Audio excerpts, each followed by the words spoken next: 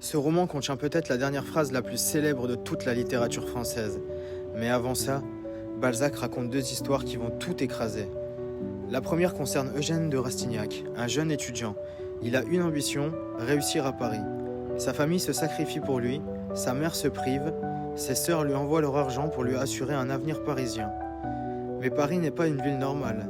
Paris est vorace et prend tout, ton argent, ton énergie, tes rêves et parfois même ton âme. Rastignac arrive dans la pension Vauquer, un endroit modeste, presque invisible. C'est là que débute la seconde histoire. Il rencontre le père Goriot, un homme autrefois riche, mais qui s'est littéralement ruiné pour ses filles. Au début, Goriot fait une fortune, comme fabricant de vermicelles. Il donne tout à ses deux filles, il les place dans la haute société, il finance leurs robes, leurs salons, leur mariage, tout. Son objectif, leur offrir une vie parfaite et des mariages dignes de leur rang.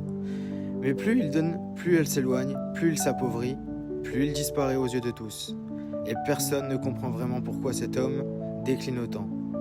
À côté de ça, Rastignac découvre une chose brutale. Ici, tout s'achète, tout se perd, tout se détruit. Balzac ne raconte pas juste une histoire, il construit un monde entier, la comédie humaine, des personnages qui reviennent, qui évoluent, qui vieillissent, comme une fresque géante de la société française. Le Père Goriot, ce n'est pas juste un roman, c'est une histoire d'amour extrême, d'ambition et de sacrifice. Quand tu le finis, tu comprends Balzac, car la dernière phrase est devenue mythique.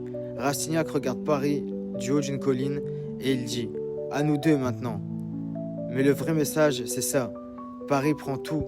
Et chez Balzac, rien ne s'arrête là, parce que Rastignac reviendra encore et encore dans d'autres romans de la comédie humaine. Dans Illusion perdue, par exemple, si tu veux te lancer dans la comédie humaine, c'est par ce roman que je te conseille de commencer. Et si tu veux d'autres histoires et d'autres classiques racontés simplement, follow-moi.